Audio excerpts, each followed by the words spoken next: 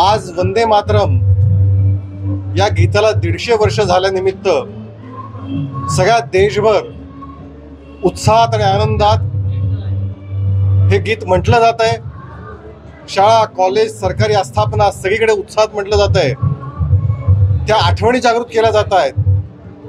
कारण वंदे मातरम हे गीत नव्हतं, तर तो आपल्या स्वातंत्र्याचा मंत्र होता. मात्र असं असताना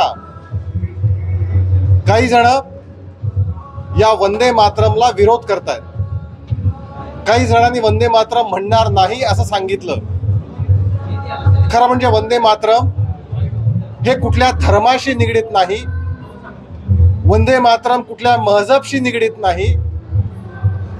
वंदे मातरम हे या भूमीशी वंदन करण्याचं गीत आहे. आणि त्यामुळे जे कोणी असे वंदे मातरम म्हणायला विरोध करतात, मग ते आमदार असो अथवा त्या काही अनुदानित शाळा आहेत, विशेषतः उर्दू शाळा आहेत, की ज्यांनी वंदे मातरमला म्हणायला विरोध केला किंवा म्हटलं नाही किंवा टाळाटाळ केली आहे, अशा सगळ्यांवरती, मग ते अबू आझमी असतील किंवा असं जे कोणी असेल, अशा सगळ्यांवरती वंदे मातरमला विरोध करणाऱ्यावरती कारवाई केली पाहिजे, ही ठाम आणि स्पष्ट मागणी आहे. सकाळी अबू आझमी यांच्या घरी गेले, तिथे वंदे मातरम याचं गायन, याच्याकडे कसं पाहतो? असं तेच सांगण्याचा प्रयत्न करतोय. आम्ही सन्मानाने, नम्रतेने हे सगळ्यांना समजून सांगण्याचा प्रयत्न करतोय की वंदे मातरम हे तुमच्या धर्माशी जोडू नका. हे वंदे मातरम कुठल्या धर्माचं नाही, वंदे मातरम राष्ट्राचं आहे. अबू आझमी तुमचा देश कोणता आहे? अबू आझमी तुम्ही देशाचे नागरिक नाहीत का? कारण जो या देशावरती प्रेम करतो, जो या देशाला आपलं मानतो, तो प्रत्येक जण या देशाला नमन करतो. या देशाला नमन करण्याचा मंत्र म्हणजे वंदे मातरम आहे. अबू आझमी आज तुम्ही जाहीर करा, तुमचा देश कोणता, तुमचं नागरिकत्व कोणतं, तुम्ही कोणत्या भूमीवर प्रेम करता. उद्धव गट असेल, उद्धव बाळासाहेब ठाकरे पक्ष असेल किंवा पक्ष असेल, यांच्याकडनं कुठचाही कार्यक्रम आजच्या दिवसासाठी जाहीर करण्यात आलेला नाही, तसं कुठचा मेसेजही आलेला नाही, याच्याकडे कसं पाहता? खरं म्हणजे हाच त्यांचा ढोंगीपणा आहे. उभाठाच्या काल आपण ऐकलं की रामायण म्हणायला रामायण कशाला ऐकवता, अशा प्रकारची एक महिला म्हणते आणि उद्धव ठाकरे टाळ्या वाजवतात. वंदे मातरम ही संस्कृती आहे देशाची आणि ती साजरी करायला प्रत्येकाने पुढे यायला पाहिजे होतं. उभाठाने पुढे यायला पाहिजे होतं. पण उभाठाला आता हिंदुत्व, त्याचबरोबर वंदे मातरम हे सगळे शब्द आक्षेपार्ह वाटतायत. त्यांना मुंबईवरती खान बसवायचा आहे, महापौर. आणि काँग्रेस बद्दल काय बोलावं? काँग्रेसच्या तेलंगणाच्या मुख्यमंत्र्यांनी जाहीर केलंय की काँग्रेस म्हणजे मुस्लिम आणि मुस्लिम म्हणजे काँग्रेस. ही काँग्रेसची अधिकृत भूमिका आहे. पुढच्या काळामध्ये उभाठा म्हणजे मुस्लिम असं, कारण शेवटी दोघांची युती आहे, महाविकास आघाडी त्यामुळे एकत्रित आहेत. तर आश्चर्य वाटते देऊ नका. त्या दृष्टीने उभाठा आणि काँग्रेस यांची वाटचाल चालू आहे.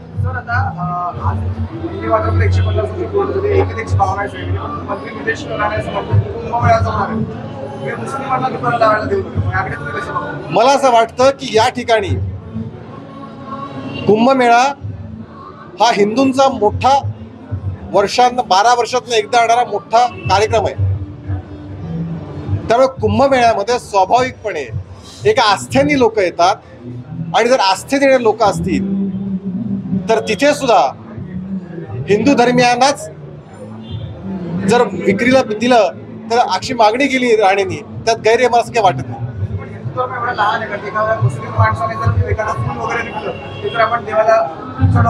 मुळामध्ये ज्या धर्मामध्ये इतर धर्मियांना काफिर मानलं जातं,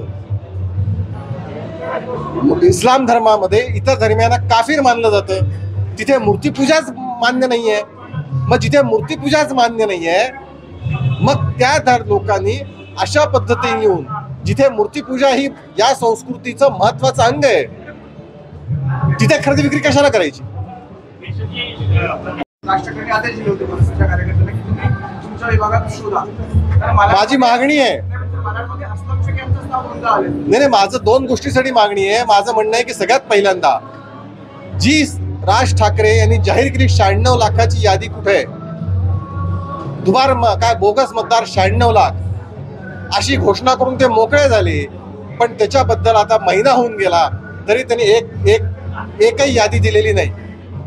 दुबार मतदार हटलं पाहिजे, रद्द झालं पाहिजे, ही भारतीय जनता पार्टीची खूप जुनी मागणी आहे. मतदार याद्या निर्दोष झाल्या पाहिजेत, ही आमची मागणी आहे.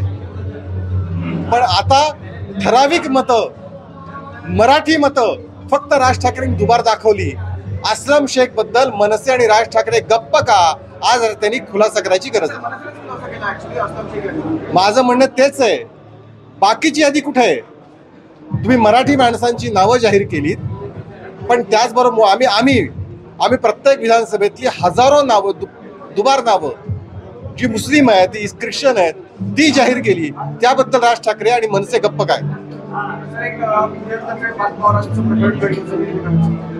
त्याला खडसेंनी असा दावा केला की ते महसूल मंत्री असताना त्यांच्याकडे एक फाईल मंजूर करण्यासाठी आले होते, पण त्यांनी ती केली.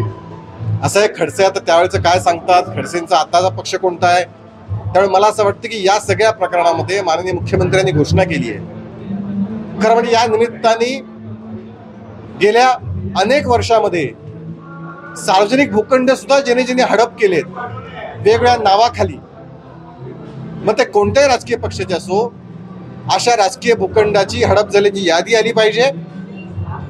आणि ज्यांनी भूखंड प्रकाशित केले, हडप केले, त्या भूखंडाची चौकशी ही व्हायला हवी, ही मागणी.